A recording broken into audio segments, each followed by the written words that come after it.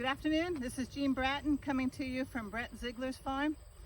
We're out here today because we're having a field agronomy day, and we take a lot of pride in these days. We spend a lot of time planning them so that we can bring to you very valuable information. And some of the topics we're having today that we're proud of are, number one, we're talking about trials that have been done on local soils by local growers. In particular, we're going to have two growers, one who did fungicide program on corn and another one who did fungicide program on beans, and they're going to talk about their results. In addition, we talk about things, new products, and some of your pain points. And one of the pain points we feel is weed control. In particular, I'm not an agronomist, but what I hear from agronomists is that two of your pain points when it comes to weed are there's not enough weed control, there's not enough days in the springtime. And the second thing is a financing issue. How do I pay for all of this weed control? And today we're going to be presenting solutions on that. Just to give you a snapshot of them, we're presenting solutions of how to do fall burn down that are cost effective, that work in both cover crop and non-cover crop environments, and are for both corn and bean crops next year. And I think our agronomists have done a nice job coming up with a cost-effective but valuable program for you in those different scenarios.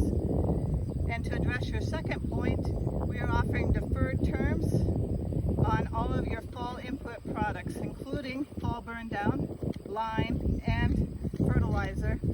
And the payment terms for those are March 31st of next year. We think that that will get you to the point where you have sold this year's crop or organized financing for next year. So hopefully we're hitting some of your pain points. Again, we have these burn down days and planning days throughout our counties, and we try and hit topics that are of interest to you. Another topic we think of as always of interest to you is grain, and we have with us today Paxton Wood, our grain merchandiser, and he'll give you a market update.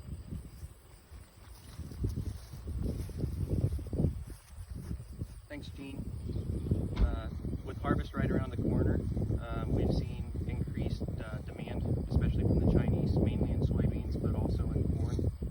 It's estimated today that the export demand is about 90% of our capacity today through January 15th. So a very good program, best we've seen in at least 5 years, maybe since 2008.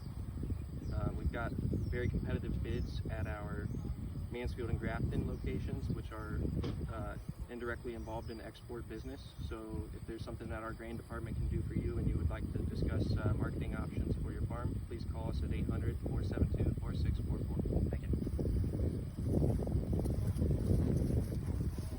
Thank you, Paxton.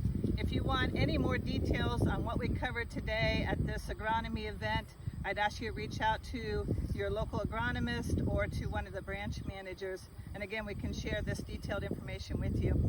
A couple other things I wanted to share with you. First off, we're really excited to tell our members and customers about a change we're making on the feed side.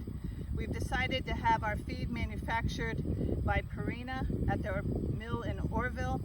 We already use Purina for a number of our customers in rations, and this seemed to be a decision that made good business sense. And what do I mean by that?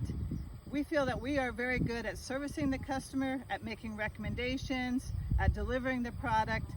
What we lack in our mills sometimes is the ability to manufacture textured feeds, robot feeds, and especially pelletized feeds. And by going together with Purina, we feel that we're bringing a very cost-effective solution that will continue to add to your business. I do say that our number one goal with making this change is to make it invisible to you, that you still rely upon us for everything other than the manufacturing, and you're not even aware of the change. I ask you, if you have any questions, to call me personally or talk to your nutritionist or to someone at our feed group. We're all very supportive of this. And again, our goal is to make this a good business decision that you're not even aware of, that the change is happening behind the scenes. The other thing I wanted to update you on is our year end. August 31st is our fiscal year end, and here it is, early September. I don't have the August 31st numbers, but I did want to share with you generally what they're looking like. We are having a very good fiscal year. Thanks to all the acres that were planted. And again, this is the first year that Centerra customers have been able to plant all the acres that they own. Thanks to your efforts to get them planted and your support of us, our agronomy division is having a very good year fiscally, financially, and we expect to pass that on to you. In addition, our other businesses responded well to the COVID challenges, and each of them is having a very good year fiscally and financially. I hope that you will be able to get more information, more detailed information than this color that I just shared with you, but I assure you that you will be participating, as you should as a co-op member, in this good financial year in the form of patronage in the coming fall. I thank you for listening to our update, and I thank you for your business.